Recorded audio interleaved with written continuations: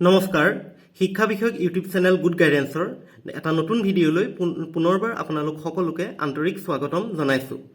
যোৱাটো ভিডিঅ'ত আমি আলোচনা কৰিছিলোঁ অষ্টমমান শ্ৰেণীৰ সমাজ বিজ্ঞান কিতাপখনৰ ইতিহাস ছেকশ্যনৰ নব্য ধৰ্মীয় ভাৱধাৰাৰ উত্থান নামৰ পাঠটিৰ পৰা হ'বলগীয়া মোষ্ট ইম্পৰ্টেণ্ট 25টা কুৱেশ্যন। গতিকে আজিৰ ভিডিঅ'টোত আমি নেক্সট 26ৰ পৰা 40 নম্বৰলৈকে এই পাঠটোৰ পৰা হ'বলগীয়া সকলোবিলাক কুৱেশ্যন আঁতিগুৰি মাৰি আলোচনা কৰি আমি পাঠটো শেষ কৰিম।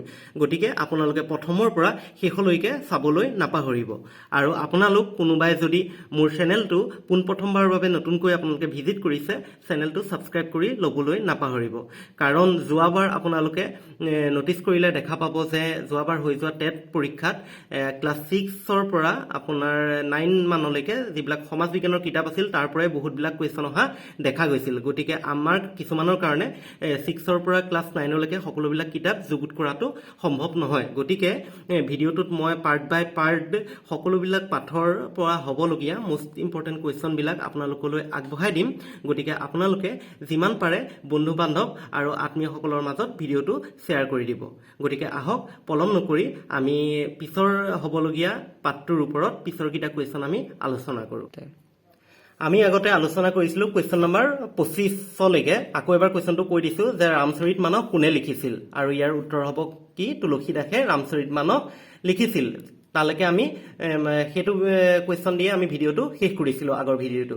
আৰু আজি আলোচনা কৰিম 26ৰ পৰা হ'বলগীয়া এই পাঠটোৰ ওপৰত সকলোবিলাক ইম্পৰ্টেণ্ট কুৱেশ্যন সামৰি কুৱেশ্যন নম্বৰ 40লৈকে। গতিকে আপোনালোকে প্ৰথমৰ পৰা শেষলৈকে ভিডিঅ'টো চাবলৈ নাপাহৰিব। এতিয়া আমি যাম কুৱেশ্যন নম্বৰ 26, যে উত্তৰ ভাৰতত তুলসী দাসক কাৰ অৱতাৰ বুলি গণ্য কৰা হয় বা গণ্য কৰিছিল। এইটো বহুত ইম্পৰ্টেণ্ট হয়, আপোনালোকে মন দিব যে উত্তৰ ভাৰতত তুলসী দাসক কাৰ অৱতাৰ বুলি গণ্য কৰা হয়। আৰু ইয়াৰ উত্তৰ হ'ব বাল্মীকিৰ। কুৱেশ্যন নম্বৰটো উল্টা কৰি আহিব পাৰে আপোনালোকৰ এক্সামত, যে এটা কুৱেশ্যন যেতিয়া আমি চাওঁ তেতিয়া মন দি চাব লাগে যে কুৱেশ্যনটো কেই ভাগত আহিব পাৰে। গতিকে এনেকেও আহিব পাৰে যে উত্তৰ ভাৰতত বাল্মীকিৰ অৱতাৰ বুলি কাক গণ্য কৰা হৈছিল, তেতিয়া কি হ'ব? তুলসী দাসক। আৰু এতিয়া ইয়াত কি আছে যে উত্তৰ ভাৰতত তুলসী দাসক কাৰ অৱতাৰ বুলি গণ্য কৰা হৈছিল, আৰু ইয়াৰ উত্তৰ হ'ব বাল্মীকিৰ। মন দিব। কুৱেশ্যন নম্বৰ 27, কবিৰৰ দোহাসমূহ অৰ্থাৎ কবিতাসমূহ আগত পাইছে আপোনালোকে যে কবিৰৰ কবিতাসমূহক কি বুলি কোৱা হয়? দোহা। গতিকে দোহাসমূহ ক'ত চামিল কৰা হৈছিল, আৰু ইয়াৰ উত্তৰ হ'ব যে শিখ ধৰ্মগ্ৰন্থ গুৰু গ্ৰন্থ চাহিবত কবিৰ দোহাসমূহ কি কৰা হৈছিল? চামিল কৰা হৈছিল। এতিয়া যাম কুৱেশ্যন নম্বৰ 28, কবিৰ ক'ত ডাঙৰ দীঘল হৈছিল, আৰু ইয়াৰ উত্তৰ হ'ব যে মুছলমান ধৰ্মৰ তাঁতী পৰিয়াল এটাত কবিৰ ডাঙৰ দীঘল হৈছিল। কুৱেশ্যন নম্বৰ 29, কবিৰ পৰম বৈষ্ণৱ বুলি শংকৰদেৱে মাধৱদেৱক কোনখনত উল্লেখ কৰিছে, তেতিয়া ইয়াৰ উত্তৰ হ'ব কি হ'ব? গুৰুচৰিত পুথিখনত কবিৰক পৰম বৈষ্ণৱ বুলি শংকৰদেৱে কাক উল্লেখ কৰিছে? মাধৱদেৱক। কুৱেশ্যন নম্বৰ 13, শিখ ধৰ্মৰ প্ৰৱৰ্তক কোন আছিল? এইটো অতি সহজেই হয়, আমি প্ৰায় সকলোৱে জানোৱেই যে গুৰু নানক কি হয়? শিখ ধৰ্মৰ প্ৰৱৰ্তক হয়। তাৰপিছত যাম আমি কুৱেশ্যন 31, বংগত ভক্তিবাদৰ প্ৰচাৰ কোনে কৰিছিল, আৰু ইয়াৰ উত্তৰ হ'ব চৈতন্যদেৱে বংগত ভক্তিবাদৰ প্ৰচাৰ কৰিছিল। নেক্সট 32 কুৱেশ্যন নম্বৰ, অসমত ভক্তিবাদৰ প্ৰচাৰ কোনে কৰিছিল, আৰু ইয়াৰ উত্তৰ হ'ব আমি জানোৱেই যে শংকৰদেৱে কি কৰিছিল? অসমত নৱবৈষ্ণৱ ধৰ্ম প্ৰচাৰ কৰি ভক্তিবাদৰ প্ৰচাৰ কৰিছিল। নেক্সট কুৱেশ্যন নম্বৰ 33, শংকৰদেৱে কি ধৰ্ম প্ৰচাৰ কৰিছিল? আমি সকলোৱে জানোৱেই যে ইয়াৰ উত্তৰ কি হ'ব? বৈষ্ণৱ ধৰ্ম। শংকৰদেৱে বৈষ্ণৱ ধৰ্ম অসমত প্ৰচাৰ কৰিছিল। আৰু নেক্সট হ'ব 34, শংকৰদেৱে কি ভাষাত ধৰ্মশাস্ত্ৰবোৰ ৰচনা কৰিছিল? এইটোও আমি জানো যে ব্ৰজাৱলী আৰু অসমীয়া ভাষাত শংকৰদেৱে কি কৰিছিল? ধৰ্মশাস্ত্ৰবোৰ ৰচনা কৰিছিল। কুৱেশ্যন নম্বৰ 35, চুফিবাদৰ মূল মন্ত্ৰ কি আছিল, আৰু ইয়াৰ উত্তৰ হ'ব এক ভগৱানক উপাসনা কৰাটোৱেই চুফিবাদৰ মূল উদ্দেশ্য আছিল। আমি যাওঁ এতিয়া কুৱেশ্যন নম্বৰ 36, কেইজনমান চুফি সাধকৰ নাম উল্লেখ কৰা, আৰু ইয়াৰ উত্তৰ হ'ব আপোনালোকে গোটেইকেইটা মনত ৰাখিব হা, এনেকৈও দি দিব পাৰে যে নিজামুদ্দিন আউলিয়া এজন চুপি সাধক বৈষ্ণৱ ধৰ্মৰ সাধক তেনেকৈ দিলে আপোনালোক পিছত কনফিউজ হ'ব যদি গোটেইকেইটা আপোনালোকে মনত নাৰাখে গতিকে গোটেইকেইটা ভালদৰে মনত ৰাখিব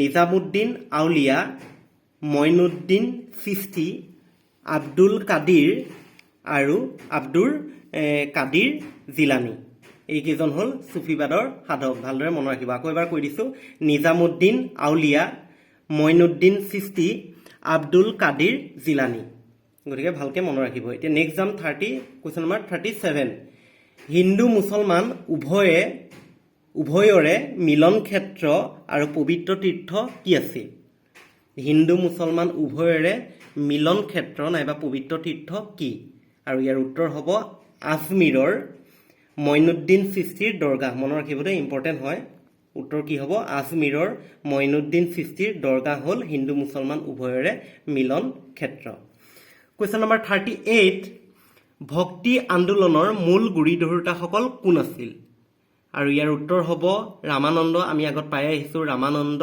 জ্ঞানদেৱ নামদেৱ একনাথ কবিৰ মীৰাবাই সুৰদাস তুলসীদাস গুৰু নানক চৈতন্যদেৱ শংকৰদেৱ আদি আপোনালোকে মনত ৰাখিব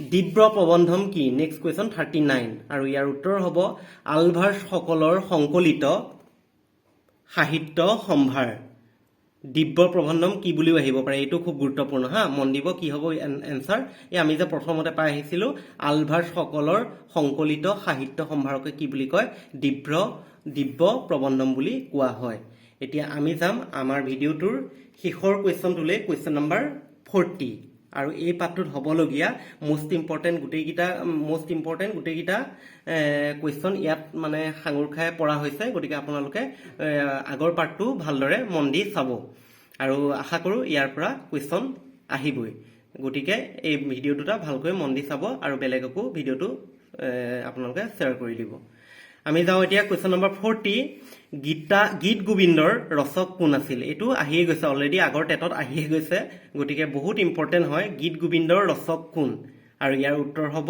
জয়দেৱ আৰু লগতে মন দিব যে গীত গোবিন্দত শ্ৰীকৃষ্ণৰ লীলা আৰু গৰিমা প্ৰচাৰ কৰা হৈছিল গতিকে কুৱেশ্যনটো তেনেকৈও আহিব পাৰে আপোনালোকে তেনেকৈ মনত ৰাখি থ'ব যে গীত গোবিন্দত কাৰ লীলা প্ৰশংসা কৰা হৈছিল শ্ৰীকৃষ্ণৰ লীলা প্ৰশংসা আৰু গৰিমা প্ৰচাৰ কৰা হৈছিল কিন্তু আপোনালোকে যে পাইছে গীত গোবিন্দৰ ৰচক কোন এইটো আগৰ টেটত অলৰেডি আহি গৈছে আৰু ইয়াৰ এনসাৰ কি হ'ব জয়দেৱ গতিকে আজিলৈ হ'বলগীয়া অতি গুৰুত্বপূৰ্ণ প্ৰশ্ন ইয়াতে আমি সমাপ্ত কৰিছোঁ গতিকে ভিডিঅ'টোৱে যদি আপোনালোকক অলপমানো উপকাৰ কৰিলে তেনেহ'লে ভিডিঅ'টো আপোনালোকে আত্মীয়ৰ মাজত বন্ধু বান্ধৱৰ মাজত শ্বেয়াৰ কৰি দিব আৰু ভিডিঅ'টো ছাবস্ক্ৰাইব কৰি ল'বলৈ আপোনালোকে নাপাহৰিব গতিকে আজিলৈ ভিডিঅ'টো ইমানেই আছিল আমি পিছৰবিলাক পাঠো চেপ্টাৰো আমি পাৰ্ট ৱাইজ আলোচনা কৰি যাম গতিকে মোৰ চেনেলটো ছাবস্ক্ৰাইব কৰি থ'বলৈ আপোনালোকে নাপাহৰিব গতিকে আজিলৈ ৰাখিছোঁ থেংক ইউ ছ' মাছ ভিডিঅ'টো মন দি আপোনালোকে চোৱাৰ বাবে বাই